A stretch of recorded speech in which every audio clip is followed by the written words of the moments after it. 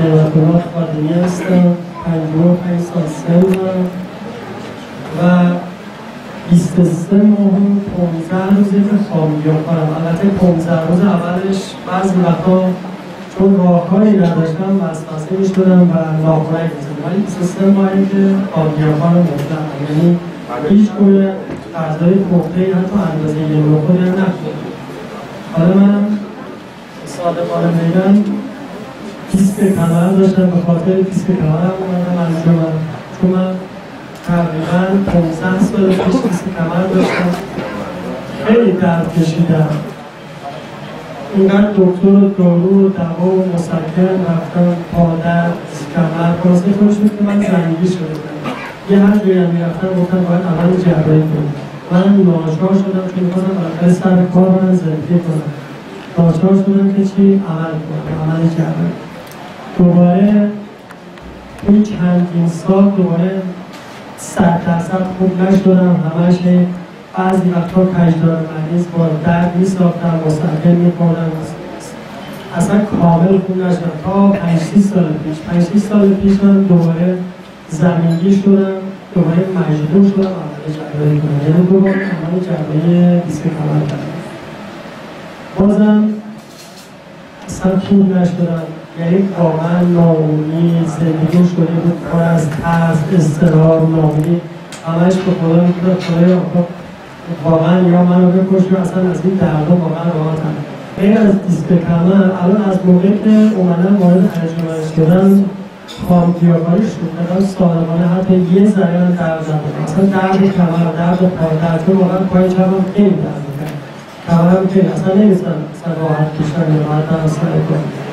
بعد من غیر از دیسک کمر حالا من نقرس هم داشتم، نمیدونستم کف پام همیشه درد می‌کرد، شست پام درد می‌کرد، خلاصه خیلی آزار می‌دم، یعنی اصلا شب واقعا انتصار بخواهم.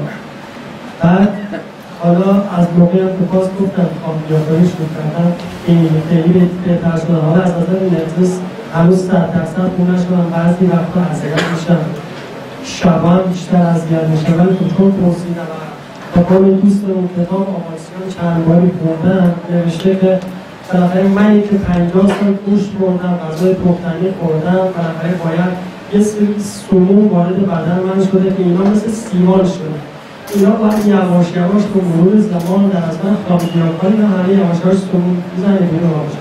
و من واقعا موقعی که شروع کردم خامگیاکاری اوایل سردرد بعضی وقتا داشتم، سرگیجه داشتم، یه شبم یه روزم 24 ساعت تب و لرز میشه، یعنی تب و لرز من به حدی بود که من 3 تا وسط تابستون پارسال بود، اینقدرم گرم بود که نگیم، ولی من 3 تا پرتو رو خودم انداختم که حداقل تب و لرزم احساس می‌کردم تو سیپی گیر کردم، دندونام اصلا رو هم نمید، ولی باز تحمل کردم، هیچ قرصی نخوردم.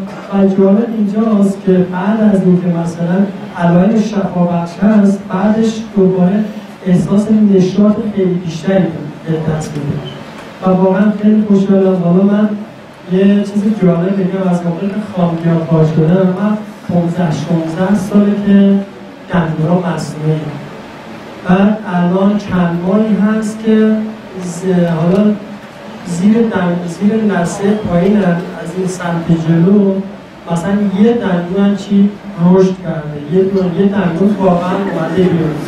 اصلا سالمندن جانباشن اصلا خودم تعجب کردم، گفتم نکنه اصلا یه زمانی که دندونامو کشیدن یه ذره جا مونده، حالا گفتم اگه از دندونای اینوری یا اینوری باشه امکان داره، ولی من 15-16 سال خامگیاکارم. دقیقاً یه بچه که میخواد 2 تا دندون در راه اول، من الان یه دونه دندون در آوردم. من نمیدونم واقعا خامگیاکاری واسه من یه معجزه است. حالا من قدرت جسمانی همه برگشته، 2 سال است که من دکتر نرفتم، 2 سال است نمیرم، دفترچه تامین اجتماعی هنوز مهر نزدم، چشمانم 2 درجه قوی‌تر شد. حالا من احساس می‌کنم که شاید ضعیف شده باشه، فقط عینکمو عوض کنم. اینا رفتم دکتر و خلاصه گفتم آقا من این عینک یکم اذیتم می‌کنه. بعد خلاصه آزمایش کرد و فلان اینا دستگاه فلان خوب اتفاقا چشام گفتم آیا تو چقدر ضعیف شده؟ گفت اتفاقا چکار کردی؟ 2 درجه قوی‌تر شده. عینکمو دوباره عوض کردم. من از خدا ممنونم سال قایدن کیلومتر راه می‌آمد صبح که میرم سر کار اصلا دوستم قبلا که میرفتم سر کار خیلی تنبل بودم دوست داشتم ساعت 2:30 که من برم خونه واقعا تنبل بودم ولی الان ساعت 2:30 که میشه احساس میکنم که تازه اومدم سر کار تازه میکنم شروع کنم اینقدر انرژی دارم اینقدر نشاط دارم اینقدر واقعا استخر هفته قبلا نمیتونستم استخر هفته 2 روز که میرم دوست دارم 4-5 ساعت به استخر باشم بازم از خدا ممنونم حالا من بعضی وقتا که مثلا وسوسه میشم این یاد گرفتم که به فکر بیماری و مریضی و سرطان نمیدونم سکتور اینا باشم پس از وسوسه چشم یعنی خودداری میکنم از مصرف در همون بار اول و الان 23 ماه که فاکتورهای مطلقم خیلی خوشحالم خیلی احساس جوان میکنم